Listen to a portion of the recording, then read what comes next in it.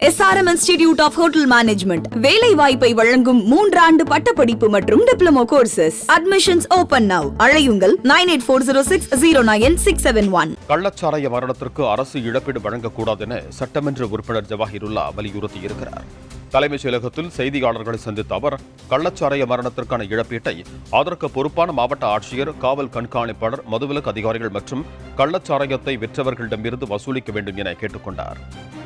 மதுவிலக்கு இந்த கள்ளச்சாராயத்தினால் மரணம் ஏற்படும் போது அந்த மரணமடைந்த குடும்பத்தினருக்கு அரசு இழப்பீடு கொடுக்கக்கூடாது.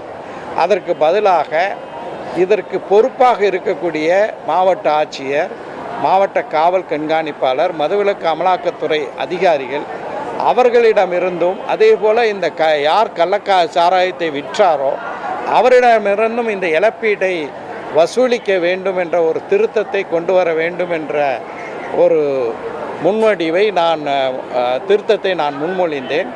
அதே போல் இன்றைக்கு மாண்புமிகு முதலமைச்சர் அவர்கள் பேசும்போது கள்ளச்சாராய மரணங்கள் ஏற்படும் போது அந்த மாவட்ட அதிகாரிகள் அதற்கு பொறுப்பாக்கப்படுவார்கள் என்று சொன்னார்கள்.